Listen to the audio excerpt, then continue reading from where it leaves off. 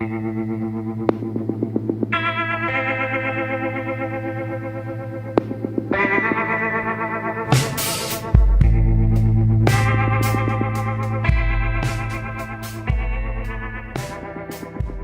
we're live. Hey Rinat, man, how are you doing? Yeah, I'm good. It's been a busy day. What about you? Yeah, same here. So, whenever I think of Rinat in the BC context, I think of the great defender of Mashrafe bin Mortaza. Do you consider yourself that you've had to defend the captain on more than one occasion? To be fair, I don't think Mashrafe is someone that really needs a lot of defending to begin with. He's definitely not the kind of legend if we're talking statistically, but just as a player or just as a human being itself, I think his contribution and his achievements goes far beyond. I'm proud to say that I'm a very big supporter of him. I have been that ever since I have started watching him play, and I think it's gonna go on. I hope he's someone that stays with Bangladesh cricket, and I will continue to root for him regardless of what position he holds. And I have to give you some credit on this, because sometimes we can get carried away with new talent. Like myself, I know I've said some mean things about Mashrafe, but that's only because I am the type of person that sometimes looks too far ahead. So when I think of Bangladesh cricket, for example, say 2 or 3 years later, I know for a fact that he's not going to be there, and then I start to worry. For sure, it's we cannot be fixated at the experienced players or the pros or whatnot, because they will age out at one point or the other. But I think it's also important to actually continue to support the players for the good things that they're continuing to do, right? Yeah. I don't believe in blind supporting players, right? I have been annoyed at Mashrafe during game times a lot. Like it's not like I have been blind about every wrong decisions he have made. He's still a human being at the end of the day. Right. But as an overall picture, if I look at it about the whole picture about what he has given to Bangladesh cricket, despite his conditions, despite his time off from the game due to his injury, I think overall he is someone that I look up to as an athlete, and he's someone that I'm very happy that I've supported all the way through. Yeah. Now, absolutely. You're right in that. And thank you for reminding all of us, because sometimes we can get carried away. But then right now, if I look at the Bangladesh bowling attack right now, and I compare all the other bowlers we have, and I compare them with Mashrafe is still probably the most consistent one. And that's pretty amazing. That shouldn't be the state of our team, where a 33-year-old guy is still, just by the virtue of using his experience, because we know he can't continue at the same pace he used to, but just by using the virtue of his experience, he's still able to outperform all these young performers. Would you say that's a fair assessment? Yeah, I think it's a very fair assessment. And how I think about him is the fact that I don't think Mashrafe is someone that is probably as talented as some players like Taskin Ahmed or Mustafiz, or even some guys like Shafiul Islam when they started off, right? These are some of the guys that had a lot of talent. Mashrafe, his performance right now, his consistency is just based on hard work. Like I was reading this that Mashrafe is the kind of player that does homework on the opposition, even for Dhaka Premier League. He takes the game seriously, regardless of the opposition, regardless of the venue or the condition or whatever the team he's playing with. It's just those little things, right? You can train all as hard as you want, right? You could go hit the net 6 hours a day. You could be bowling 145 days continuous. You could have swing going both ways. But it doesn't matter in the end.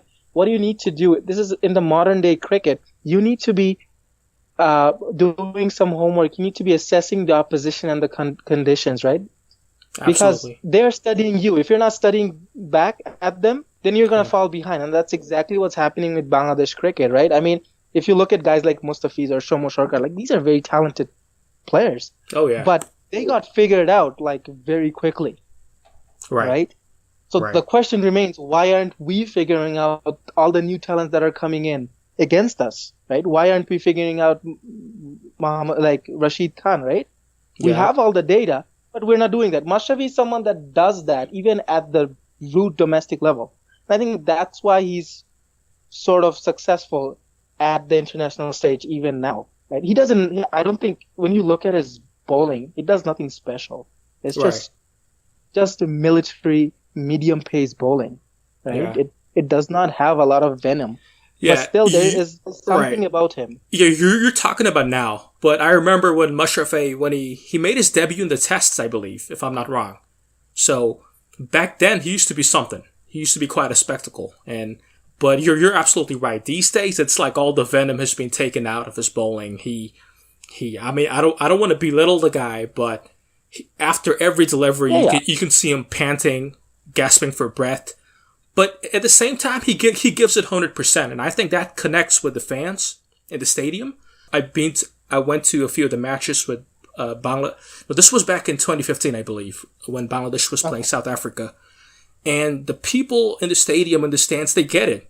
They say things like, when we compare Mashrafe with other bowlers, we don't see the same effort given by other bowlers that Mashrafe gives. So. Totally.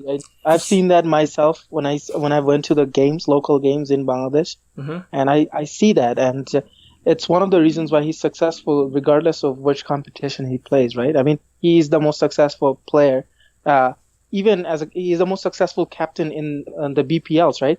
And T20 being his weakest format, that should come as a surprise, right? But even there, he does his homework, and I think that's what gets him the results. Yeah, this is something I'll reflect on. What you said about the homework, I have to think about it. You mentioned Fizz. I was reading the threads on BC. You're not happy at all that the way the Bangladesh Cricket Board they handled Fizz, because he's going to be out for the West Indies tour. If you could elaborate on that just a little bit. Yeah. I'll be honest with you. I'm someone that has been thinking about Bangladesh cricket a bit in a different way recently, and I think it's about time we stop our board. We stop blaming our board for everything. I mean, our board is very corrupt and not capable of most things. That's a given. But then we are from a South Asian country. If we compare boards like PCB or the Sri Lankan Cricket Board, they're no better, but they're still getting the better results. So. And the corruption, the incapability is not something we can change. This is in our culture. This is in our roots. This is not gonna go away. And you could get rid of our BCB president and bring someone more competent, but then all the board directors remains, right? And it's the same thing at the end of the day. So I think we should stop blaming the our board for everything, because there is no point. I have seen worse boards. I've seen boards like PCB. I don't think BCB is any more professional than BCB is. But then look at Pakistan cricket team and where they are right now and where they were 2 or 3 years ago. So they got back up with the same level of, corruption, if not even more. We need to start holding our players accountable for their situation. I think Fizz, he is young, I get it, but he has been playing international cricket for a long time now. And by long time, I mean he's been playing since 2015. Full time. He has played in foreign leagues. He should know by now how to manage his workload. Okay? Yeah. BCB can restrict you from playing, BCB can basically restrict him from playing in foreign leagues. But then I don't think that's going to be the solution. He's still going to get injured playing in BPL or DPL or whatever. Right. He needs to understand. He needs to go through his routines. As an athlete, you need to know what you have to do to keep yourself away from injury. As a seamer, you are going to get injured. That's a given. Doesn't matter if when there were no T20 leagues, pacers were still getting injured day in and out. So we can't really blame that. But you need to know what to do or how to keep yourself away from injury. And when you do get injured, to take the proper precautions, right? I mean, when he got injured, he came back to Bangladesh after IPL and he played that practice game. Absolutely uncalled for. I don't think anyone would have forced him to play that game if he simply told that I am not feeling comfortable. Right? Playing a practice game on a rainy day where the outfields are probably wet, and it could have been so much worse. He played that game, and then the night before departure, he suddenly ruled out, right? At that point, I can't really blame the board anymore. Hey, listen, I'm all for accountability. If it means making the players more accountable, that's fantastic. I'm with you. But at the same time, when you look at the Bangladesh Cricket Board, yeah, they might not be as bad as PCB with all their corruptions and all types of scandals you see every month. But at the same time, you can expect more from them to do a better job, especially with the selections. After every squad is announced, all I see is people, and this is myself included, we go to the Bangla Cricket Forum, we complain about the selections. Surely it's not us who are wrong, because how can we all say the same thing about the selections, that we don't like this player in, or we want that player out, and the BCB takes a completely different direction and just snubs, just doesn't care about our opinions and does its own thing. The example that comes to mind is Tanvir Haider, that leg spinner. I mean, where did he come from? Why would the board do such a thing?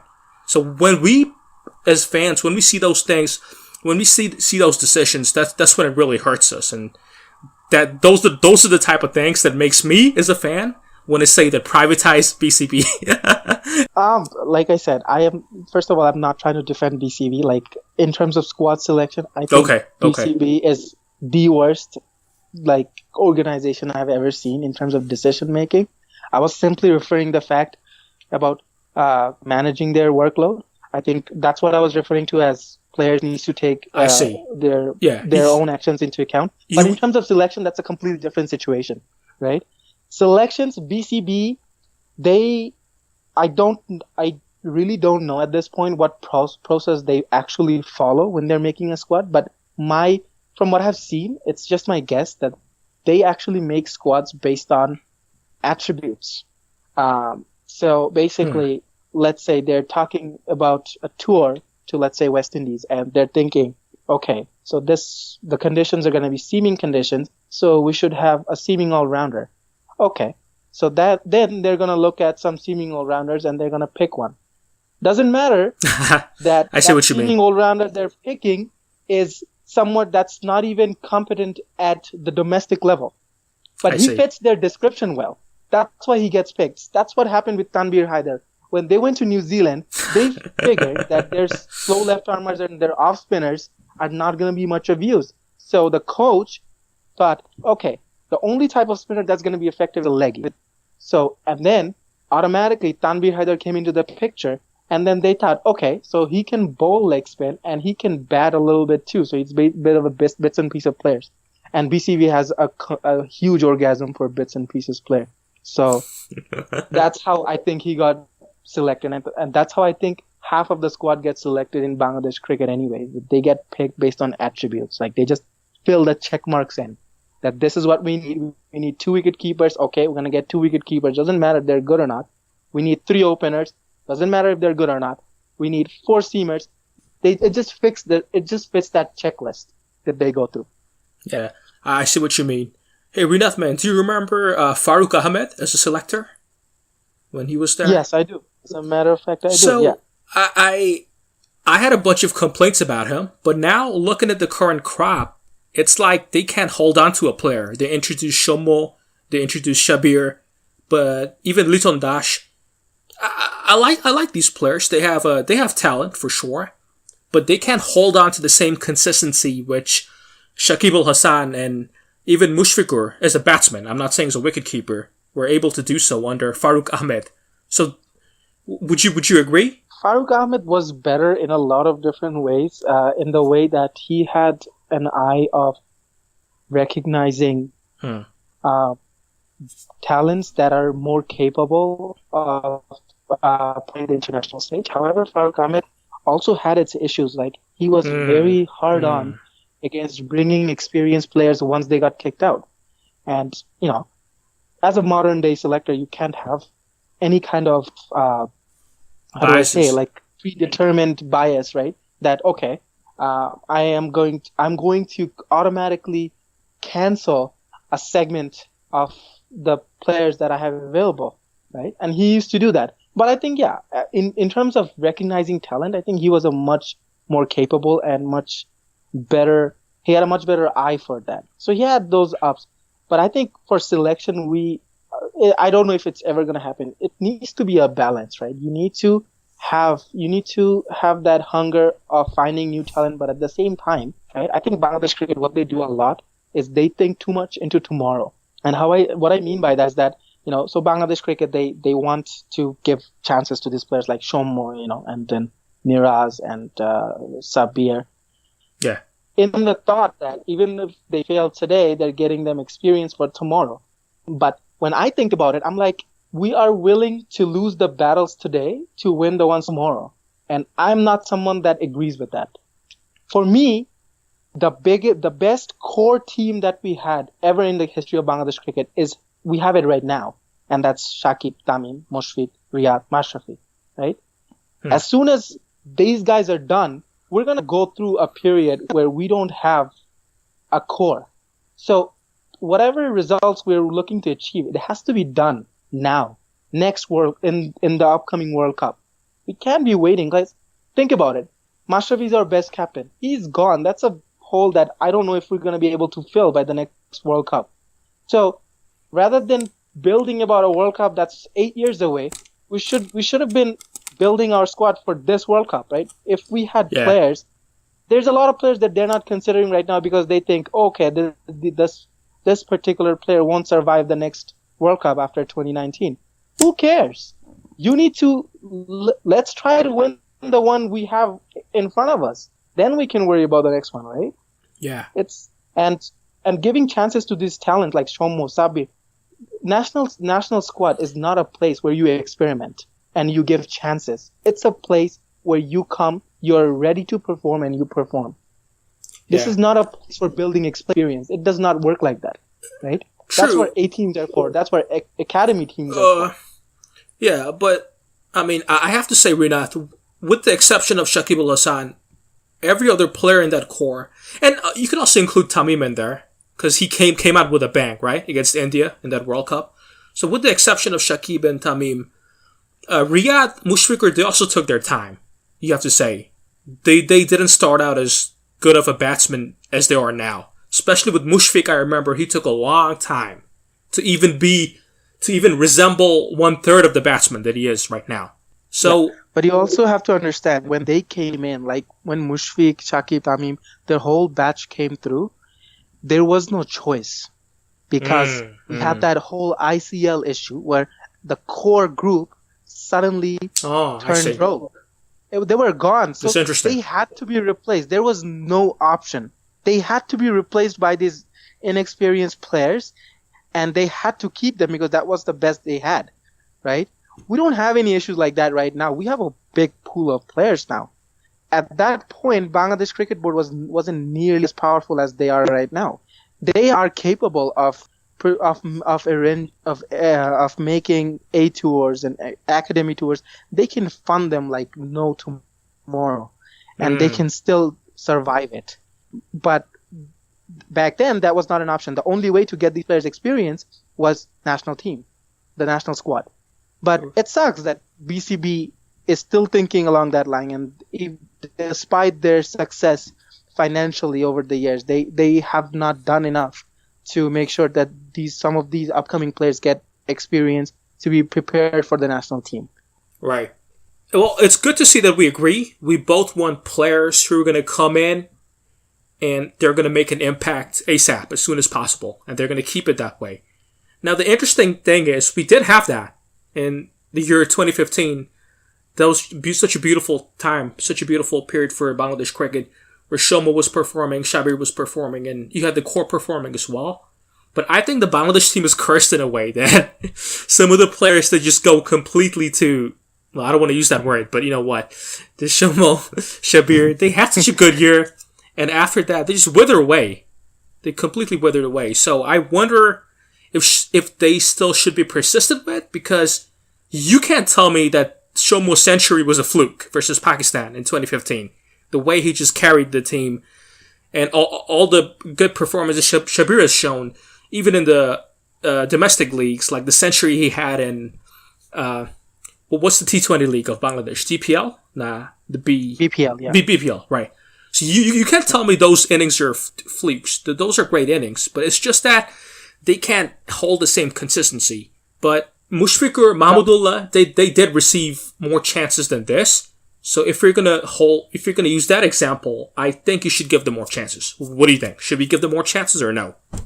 Well, like I said, I am not against the idea of giving them more chances, but I think giving chances is not enough. Like, if you really want to give them more chances, like, you need to have someone coaching them for every mistake they make every game, right? If you're giving them just more chances, you're just hitting a redo button. I'm not against. I don't think that Shomo Sarkar, Sabir, Faiz, or whatever, all these guys, like, they're done.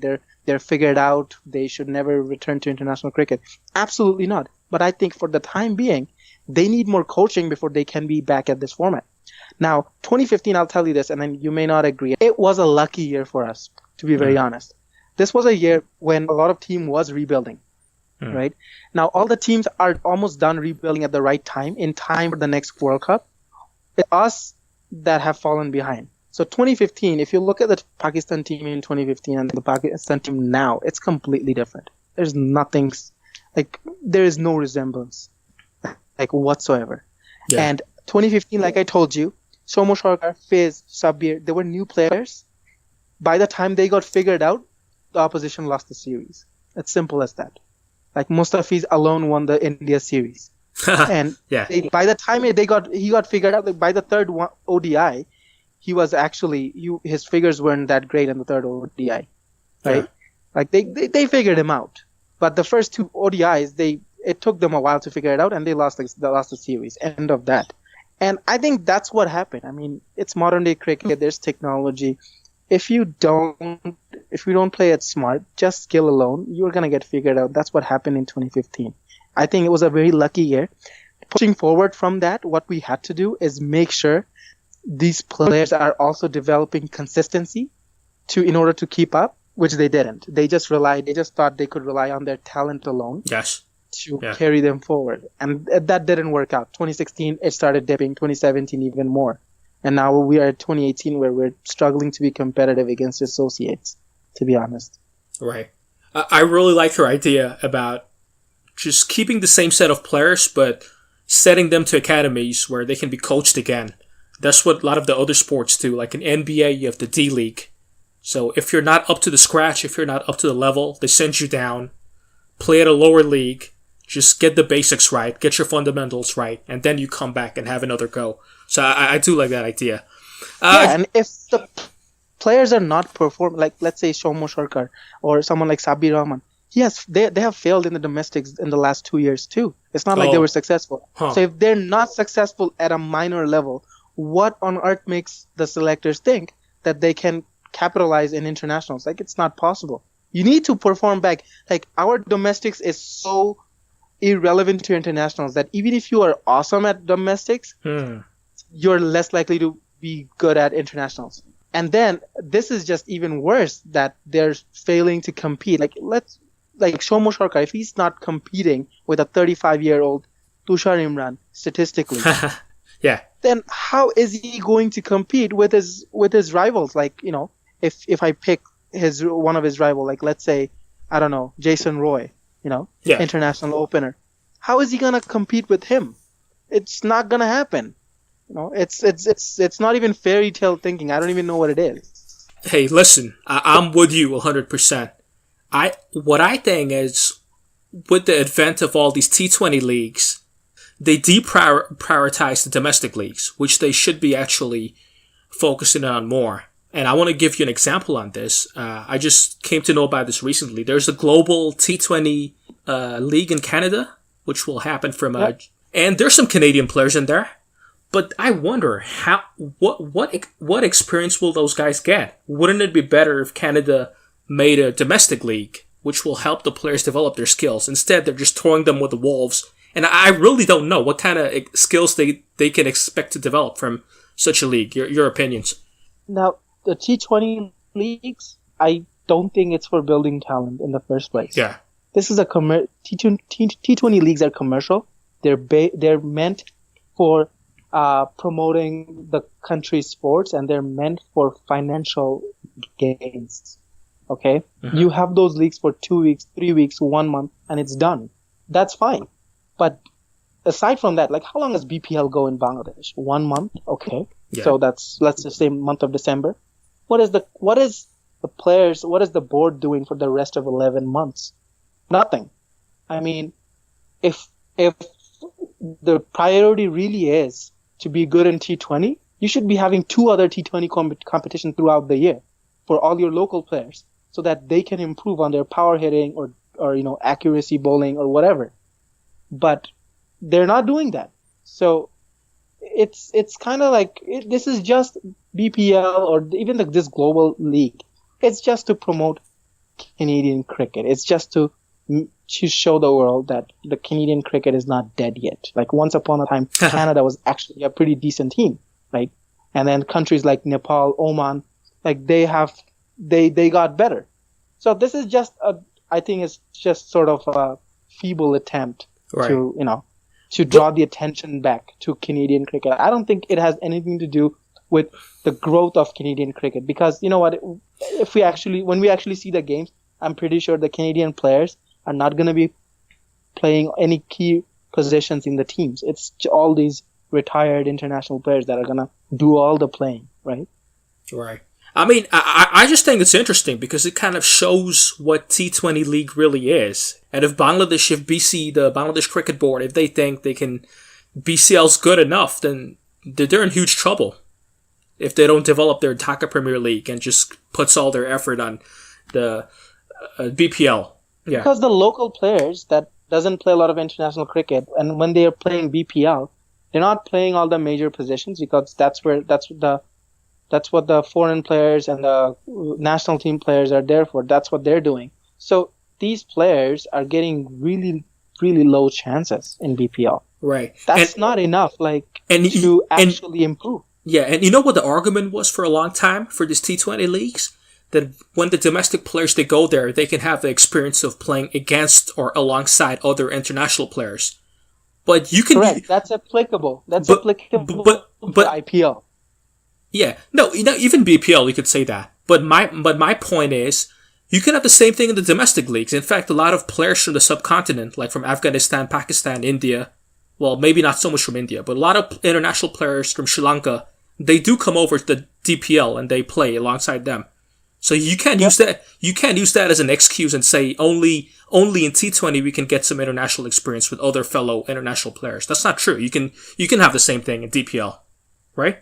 For sure. But I think the problem also lies beyond that. It's the fact that you can have those games, you can bring those foreign players for DPLs or for BCLs or NCLs, but in the end, you need to have a coach to fix your mistakes. That's something that we don't have at all. I mean, you could play 50 games and you could have all the best players in the world and you could continue to be a below par player in every one of those games. If you don't have a coach, you're going to stay there, right? You're not going to come above and perform better than those foreign recruits that are coming in. Yeah. And that's just the reality, right? Right. Bangladesh cricket also needs proper coaches for every teams, for every Dhaka Premier League teams, and right now these are all board directors from BCB that are coaching, right?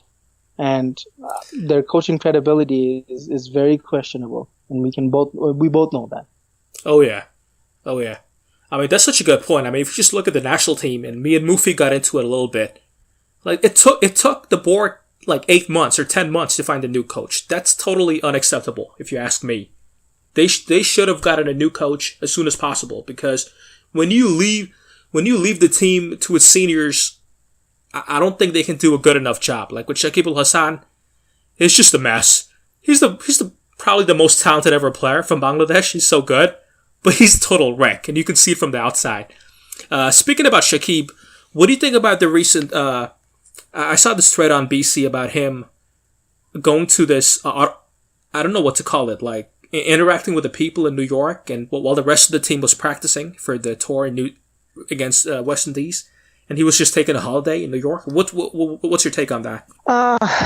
I'll be honest. I'm not someone that's very keen to interfere on people's personal lives, like especially players. I mean, yeah. If it's their downtime, they can do whatever they want. They can go to the Caribbean. They can go hiking. They can do whatever they want. They can go clubbing every night.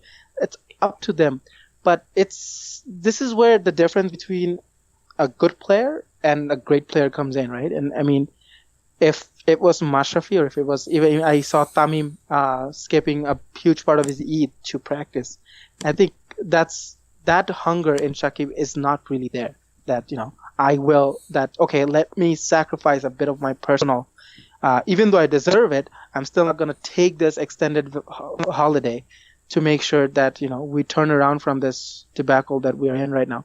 But if he's taking it, I don't think it's anything we can really criticize, right? Because it's not like that he's skipping national duty. It's not like that. I mean, he's gonna be there for training. He's gonna be there when the team arrives. I think he already joined the team, in the West Indies. So I don't like criticizing people's personal lives, or especially the players. They have a life too outside of cricket.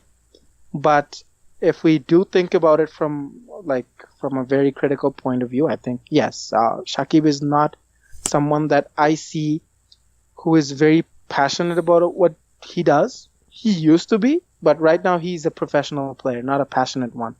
And that's probably why he didn't think a lot before taking an extended holiday.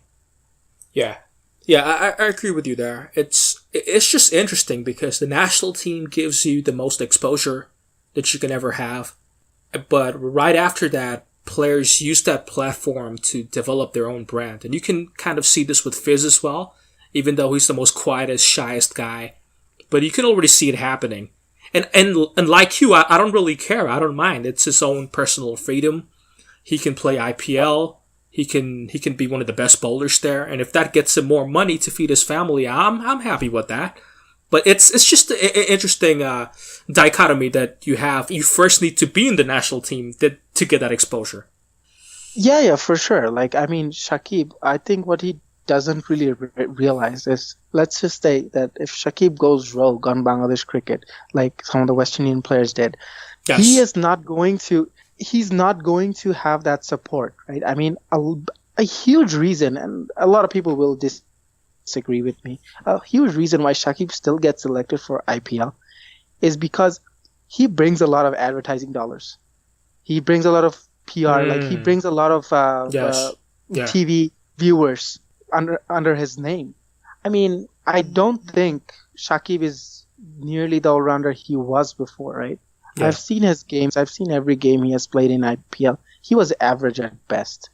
He was not even a shadow of what Rashid Khan was. And if we look at Rashid Khan, how old is he? And how much experience does he have? Not much. Like even someone like Mujib ur Rahman, the other bowler from Afghanistan, his performance was better than Shakib. So a good reason why Shakib still gets picked is because he brings a lot of money for the franchises. And I'm not saying that's all of it, because obviously Shakib is still a very proper, balanced all-rounder who brings a lot of value one way or the other. But I think there is also that financial side of it. And I think if he went rogue, he would lose that support. And that would certainly work against him in getting picked in international sides, because even his performance has been dropping in foreign leagues as well. He has been nothing special in anything, not even in BPL. Like even his BPL performance this year was average at best, I think, especially his batting. Right. So I don't know about that, and I think Shakib, I don't know. I think I've read this somewhere that he actually is someone that stumbled into cricket by accident. He was actually more passionate about soccer in his early days. He stumbled upon it. He figured he's good at it. He was passionate when he started. And then now he's at a stage where he does not really need to care about his performance in the national team. And I wish he thought about it differently, and I hope he does. and I hope I'm terribly wrong at this, because Shakib is a player, when he's at his prime, he is an asset every team would love to have. Right? Yeah. I mean, you can't hold him accountable totally, because when money comes in, that's when you really know how a person is. If he was competitive to begin with, or if he was more of the relaxed type of person. You don't know that, because whatever. Yeah, I don't know that. That's why I'm saying I hope I'm wrong in this. I totally hope I'm wrong in this. But I think when Shakib finishes his career in a few years, I think if he's really passionate about cricket, he would be disappointed, because how he started, he was on his track to finish as a legend. Oh, I see what you mean. Yeah, absolutely. Yeah. I think the way he was going in his early days, he would have beaten every record of Jack Callis, who's considered as the best all-rounder of all time. I think he would have seriously beaten every single record. And I think when he finishes his career, when he looks back, I think he will regret it. But he was there, but then he kind of lost his way through. He's going to finish as a good all-rounder, not the greatest. Yeah. That's such a good point. And I haven't thought of it before, but yeah. You see this in other sports. And I think this is also what's wrong with all the other players. Like, same with guys like Mashrafe, Tamim, Riyad. I mean, when they finish, they will finish as a good player at best. But if they were really passionate, if they were really serious and really driven, they should be thinking right now that, okay, I am ending my career in 5 to 6 years from now. These are I have failed majority of my career. These are the times left for me to make sure that when I end, I am actually remembered in the cricketing world and not just in Bangladesh for my contribution. And you can do that by winning a trophy, right? Yeah. For your country, you can cement your place in legacy. Absolutely, right? Yeah. Exactly. I mean, they all need to do that. I mean, Tamim Iqbal, for example, I mean, such a talented player he was, and he's still working hard. But when he was starting, and really, I don't think, like a lot of us were thinking, like someone like Shikhar Dhawan, we were thinking, okay, Tamim Iqbal is a way more talented player than Shikhar Dhawan is, right? Yeah. On their early days, like we could compare. And then look where they are right now, right? They're completely different players, right? Shikhar Dhawan knows his game, and he has a very incredible record under his name, that even if he retires today, he will go down as a very successful player. Tamim Iqbal, I would say average at best. Yeah. I mean, the analogy that comes to mind is like driving, not taking your foot off the gas. Like if you drive at like 60 miles an hour, I think most of these guys, they think, okay, this is good enough. I can have a good life. I can retire comfortably. I can have savings for my grandchildren, whatever. That's good enough. But not everyone has that Michael Jordan type of competitiveness that keeps you going, you know. And I wish some of these guys would have it. Yeah, absolutely. I think the only guy that I seen having it was Mashrafe, but then his career was destroyed by so many injuries that it was practically impossible to go for greatness. He was basically struggling to be fit, to be match fit for majority of his career, right? And that kind of ruined it. Right. But he had the vision. I feel like he was the only one that had the vision. And yet he continued to come back. And I tell you something, people appreciate that. They always say that. Like even after 6 or 7 operations, not just injuries, he still came back and gave it his all. And that's something I think that goes beyond numbers. Yeah, absolutely. If you compare his injuries to Mustafiz's injuries, right? And you've seen what one surgery did to Mustafiz. His speed, his everything, his confidence dropped by like 20 kilometers an hour, right? Yes. Wasn't even as critical as the injuries Mashrafi's had. Oh, yeah. And, you know, like you need to have that kind of, you know, motivation that, you know, doesn't let nothing stop him. And I wish Fizz had that, because Fizz was basically, I don't even think he went through any major injuries throughout his short career. But if you look at him, even just the first surgery alone, it just killed his speed by like at least 20 kilometers. Yeah. I'm still hoping the best for Fizz though, because like even in the recent IPL, I only watched it because Fizz was there. I have to be honest. I had no other interest, but I did watch him. He was good.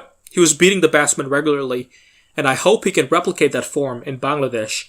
And I hope so too. Yeah. I mean, he's 22 or 23 years old. I mean, even someone like Mashrafe, I'm not losing hope, but I think they need to be coached properly, and these guys themselves have to realize that what they're capable of and make sure that they build a career that they can be proud of, and not just play it along, right? Right.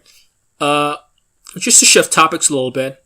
The last time we did this, we were still the Bangladesh women's team. They're in the finals, and now we know that since then they've won, and that's just terrific. Did you ever in a million years expect the women's team to win in the Asia Cup? Be honest. I mean, well, yeah. In terms of progress, I've always felt like the Bangladesh women's team was slow in progressing. Mm-hmm. But I also think that's something that BCB is probably directly responsible for. Unlike the men's team, BCB has done very little and basically never really even paid attention to them. I mean, that's probably one of the bigger reasons why they were so unsuccessful. I mean, Bangladesh cricket team, the men's team, I know, they actually made some attempt. They tried getting coaches. There is a point where BCB does care about the national team up to a certain point, because that's where all their revenues come from. But the women's team, they've never really paid attention, and that's why no one else paid attention. The women's team had to do something like that. They had to win something major without the support, and now I think this should change. I hope this changes. The women's team needs a lot more attention. They need proper coaches. They need a much more viable salary structure, which would motivate them further. Right. Yeah. I mean, listen, it made me a fan, honestly, because I've never seen the men's team bring home any silverware. So absolutely. And this kind of and this is funny, but I never thought as a fan I would have that hunger myself, even though I don't play, just for silverware. After seeing that cup, now I want more. You know what I mean? I want the women's team to go on and achieve more things, win more tournaments. I think, these things can do wonders. Like, when the men's team, they were watching the women's team lift that cup. They watched it. Yeah. I saw that Instagram. I hope it inspired them, right? I mean, if they know what the difference is between the women's team and the men's team in terms of the facilities, the salaries and everything, and they still achieved it. I hope it motivates them, right? Yeah, absolutely. I don't actually think about it that way, but now that you mention it, yeah, if they really put themselves into their shoes, they'll realize that they became champs with not as much facilities as them. Well, they have more facilities, but they still can't cross that mark. I don't know what it is, but something that prevents them from crossing that mark in the finals. They've reached a lot of finals by now in the Asia Cup, and they've reached the semifinals of the Champions Trophy, but they after that they could never progress. And I think that should be the next goal of the guys. I think so too, and that's why I was talking about we should be thinking about winning our battles now. I mean, we have a World Cup next year, and this is why BCB fell so behind in finding a good coach. They were thinking, okay, long term, but they were not realizing that their times for preparing for the next World Cup is getting short. They're thinking we are looking for a long-term coach that's going to serve us for 4 years, 5 years. We don't want to be looking for new coaches every year. I get that, but they should have been thinking that, okay, we have a World Cup in 1.5 years. So if we get a new coach now, he will need 1.5 years to prepare, and that's already cutting short. Because 1.5 years is not exactly enough to coach our team into a championship team, especially when it's taking place in England, right? Right. And now we're only left 1 year to go. Yeah. That's not enough. It's not gonna happen. At best, we're gonna make it. I don't even think it's gonna be a fluke, because the format this time around does not allow a fluke advancement. So it's not gonna happen. I don't think so. Yeah. Speaking of the coach, we have covered this topic a couple of times already, but let's talk about the man himself, Steve Rhodes. What do you think? Is it a good steal? Did we get a good coach in Steve Rhodes?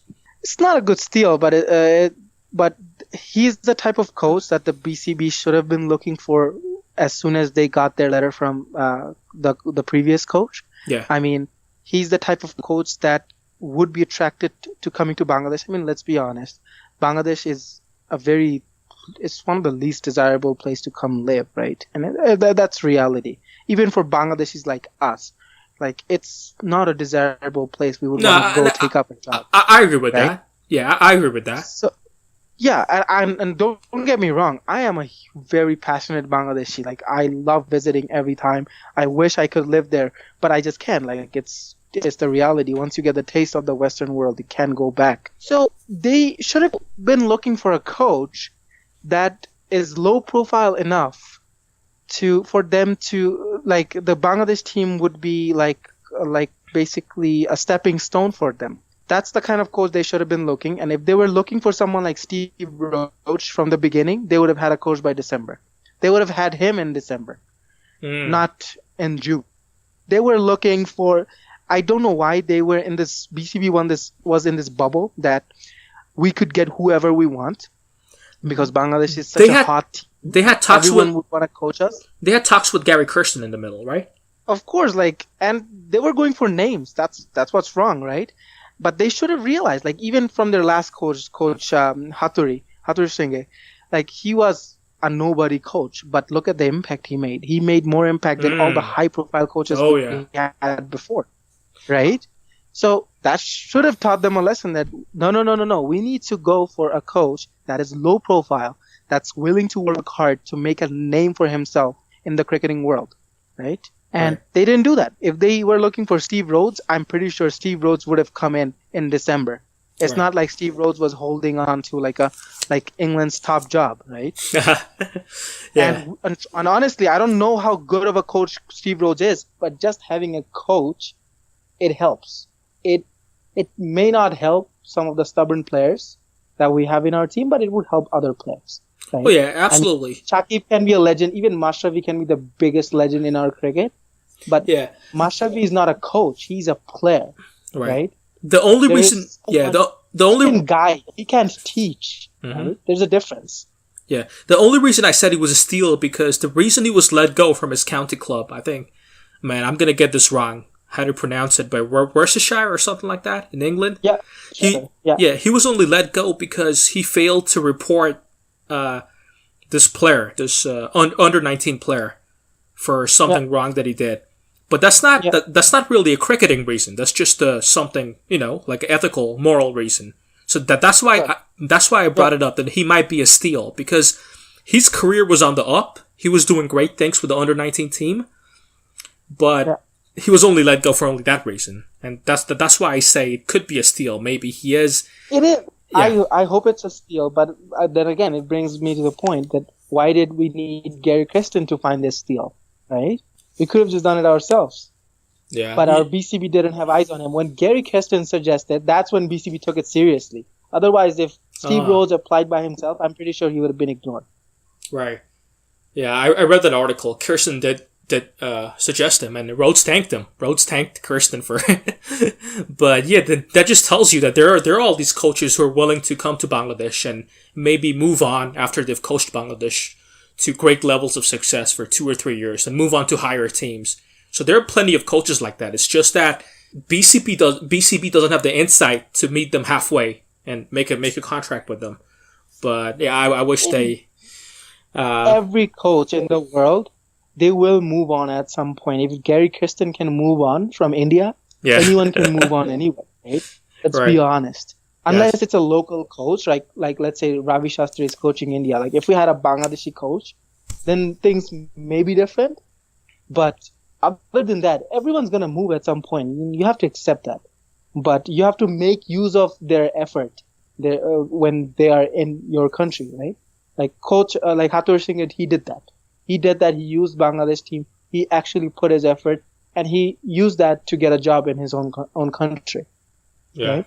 Steve Rhodes may do that too, right? If he turns out to be a huge revolution, then guess what? He may be taken up by England at some point. Oh, yeah. And that's totally fine.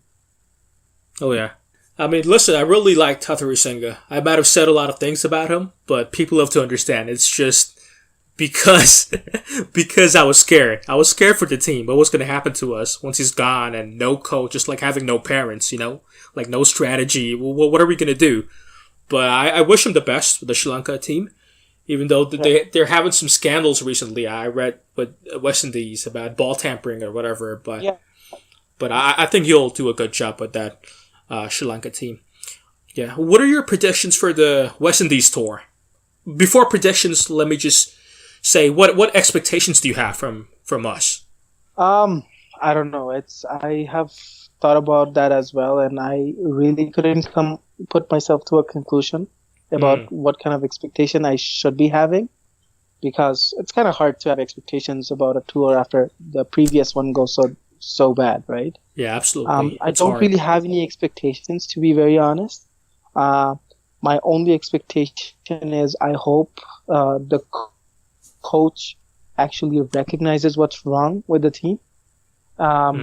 That's probably the biggest takeaway we could have from this upcoming tour. Other than that, in terms of results, I don't know. We may win a game or two. We may even win a series, but it's not gonna hide the fact that we're not ready for the next World Cup. West Indian team, even at their worst, they are a strong team, and I think we can see that with the Sri Lankan series right now. They have some very good seamers. Yes. Their batsmen, even with their limitations, they know what to do according to the format, right? They have a better understanding of the test format than we do. And the T20 as well. Right. Way better in T20 than us. The only T20, they're superstars, right? So the ODI basically is what you're saying, and what I'm saying as well. The only shot we have is in the ODIs. If you want to win a few games and maybe, I don't know, just have any aspirations of winning the series in the ODI. Everything has to go very right in the ODI for us to win it. I'll be honest. Everything has to go very right. The cores have to win it. I don't see our juniors going to West Indies and stealing a series away. It has to be Tamim, Shakib, Mashrafe, Riyad, Mashrafe. They have to do it, because I don't think it's really fair to expect some guys like, I don't know, Miraz or something, when they have not played a lot of away matches, to go in and suddenly perform. Right. It will happen down the road. I mean, with BCB now, I hope they're making more attempts to make those A tours. These players will get better. But right now, if they are not performing at home, I don't see why and how they're going to perform away. So if it does happen, it has to be the seniors, and it's going to be the 5 of them performing together. 1 or 2 of them cannot win the match away. I'm going to pledge something right now, that I don't care if the seniors perform badly, because they're expected to. They're already over the hill. They've peaked. Whereas the juniors, I do expect more from them, because they're supposed to be on this trajectory on the way up, right? So I'm expecting guys like Liton Dash, Shomo, Sharkar, Shabir. I'm actually expecting more from them. I don't care what happened in the past. Forget it. Put it behind you. Work with some academy coaches. Learn the fundamentals and prove yourself at this stage. Do something, because don't rely on the seniors. I know Mushfiqur is going to miss some stumping. He's going to miss catches. I know that's going to happen. So I hope he doesn't keep. So that's first things first. Yeah, I was going to actually talk to you about that. Steve Rhodes is a wicketkeeper himself. So when I wonder if he's still going to persist with Mushfiqur Rahim. I don't know. For test, we have already gone away from Mushfiq in the last few matches, if I remember correctly. We're not using him as a keeper unless we really need to. Mm-hmm. So in terms of the other formats, the problem is, I think BCB and the prior coaches, they have tried to move away from Mushfiq, and they brought in Bijoy, they brought in Liton, but their performance in their batting, that it's kind of hard to justify their position in the team as keeper alone, right? In test matches, I understand, because in test matches, a keeper's, like, one catch could mean a match gone, right? Yes. It's the keepers play a lot more vital role. So I understand that. So they have the luxury to do that in the tests. That's why Liton has been persisted with. But in ODIs, they tried it. I've seen them trying Liton. I've seen them trying Anamul Haq Bijoy. But their batting performance was always more inconsistent than Mushfiq's. I'm not saying Mushfiq was really good, but I'm just saying Mushfiq was touch more consistent every time than both Liton and Bijoy. And that kind of played in his favor. As selectors find somewhat consistency in Liton or Bijoy or Nurul Hasan, so on, they're not going to let Mushfiq keep. It's not going to happen. Because we all know that he is not a great keeper. I can name like 10 other keepers in the country that are way better keepers. Yeah, I mean, Nurul Hasan did pretty well. The last time he played abroad, I remember, against New Zealand, he had a 50 in the test and some 30-plus runs. So I felt like, again, going back, when you realize how many chances Mushfiq got when he first came in the team to prove himself as a batsman. So I think we should take the leap of faith, if you know what I mean, and just persist with Nurul Hasan or Liton Dash or Anamul and just slot them at that position. And eventually they'll come good. But again, how long should we wait? Because now this is a team with bigger expectations. No one is satisfied if he beats Zimbabwe anymore. We want to beat the likes of the big boys like India, Australia, South Africa. So yeah, these are very interesting times. Mushfiq got very lucky, I think, with the last Nidhas Trophy. I think his T20 career was at the end. And I was thinking that was probably his last series. He just got lucky and he managed to perform at the very last minute, and that's why I think he's still holding on to the squad, because otherwise I never understood what Mushfiq was there in T20s at all, right? And it's not even just from past few months. I didn't understand his position in the last 5 years of T20 cricket, to be honest. Yeah. I mean, I don't know. I do know. Steve Rhodes is still too new to this, and he's probably not going to change much at all. But just by him being there, I wonder what kind of impact it'll have. And I'll tell you what my expectations are. I expect them to win a few games. I don't know if I can say they're going to win the series, but if they don't win a single game, I'll be very disappointed, I tell you. Even if it's foreign soil, whatever, I always felt people blame the pitch too much in the game of cricket. Everything goes down to the pitch. If you don't bat well, it's the pitch. If you don't bowl well, it's the pitch. But I mean, I'm going to hold these guys accountable, and they have to win a few games for me to continue supporting them, because that's what we all do in BC. We love the Bangladesh cricket team whenever they play. No matter what we're doing, we tune in. And if you can't watch the whole match, you watch the highlights, right? The only thing I'm going to add about Steve Rhodes is I think he's going to be very cautious about the changes he makes, because he probably saw this, and he probably he's going to remember that, when there was an issue between a coach and a senior player, in the end the coach is gone, but the senior player is still there. So, and that's not a good thing with our seniors. That's not a good thing. It's definitely not. But it's the truth. Yeah. It is the truth. Like, he's not going to go messing up with any of the cores, because he's going to have this at the back of his mind. And that's a bad thing, right? That's why he's going to be very cautious. But in terms of winning a few games in the West Indies series, I hope that happens too. But as a Bangladesh fan, I am always prepared to be very disappointed, which you just said right now you would be. So, both the best. I mean, this is, if they can turn around right now, if they can have a really good series, it's going to play up positively till the World Cup. And Bangladesh, I feel like that is very streaky. If they're on a high spirit, they can continue that, and they can win games, and they can dominate for time to go. So if they can start here, it will carry them well to the World Cup. I agree with you that they're streaky. I used to believe that, but then what they did against Afghanistan, I thought the streak from the Nidhas Trophy, it would continue. But once they face those two spinners, they're all gone. They all just, one after another, like dominoes. They all fell. So, which is why I say, yeah, they're a streaky team, but there are some basic fundamental things that they have to address in cricket, such as how to play leg spin or googlies. If they don't fix that, then any team, even Nepal, if they develop a leg spinner, they can figure Bangladesh out. Would you agree with me there? Oh, well, I think, yeah, absolutely. I mean, it's not even about developing tactics. I think Bangladesh players, there's some gaps. Fail to do is they don't recognize when they're being set up, right? And that's exactly what Afghanistan bowlers did against Bangladesh. Like, they were being set up. We could tell what was coming. it was that obvious. And Right. the players, when they're out in the middle, they can't recognize a situation. Like when Sabir was going, he was hitting some good shots. We could tell that this is all part of a setup, and there will be that one delivery that is gonna lure him, and he's gonna get out, and that's exactly what happened, right? Same with Mushfiq, right? When he reverse sweep the first ball, like we could tell that, the bowler, the first ball up, that we know what Rashid is gonna bowl. He's gonna bowl a straight one. He's gonna bowl a quick one, and it's gonna be a googly, right? He's not gonna float up his first delivery. Rashid Khan doesn't do that. If Mushfiq knew that Rashid Khan bowls quicker and he bowls googly, how on earth would you play a reverse sweep?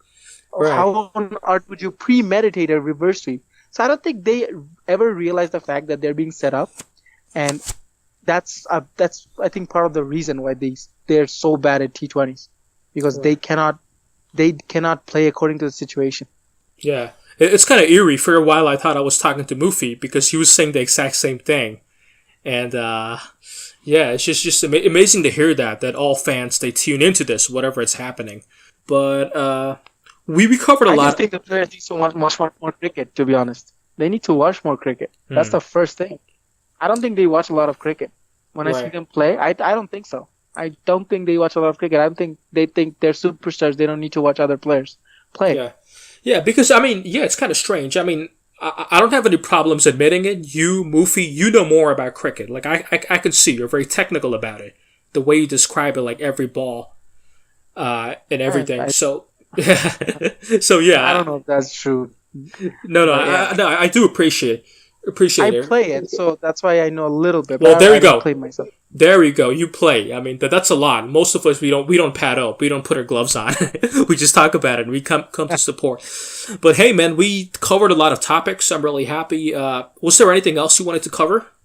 No, I think it was a great conversation, and I really want to thank you for coming up with this platform. And it's something I have been wanting to start for a long time. And I totally got sidetracked by it. But I'm really happy to see that you brought it up. Yeah, and it's something that you should definitely continue. Yeah, not at all. I just feel like we have a lot of characters in BC, and it's a different type of challenge when you come up on the mic instead of behind the keyboard. So it just makes things more interesting to see the person that you really are when you're absolutely. None of us are readers anymore with the times advancing.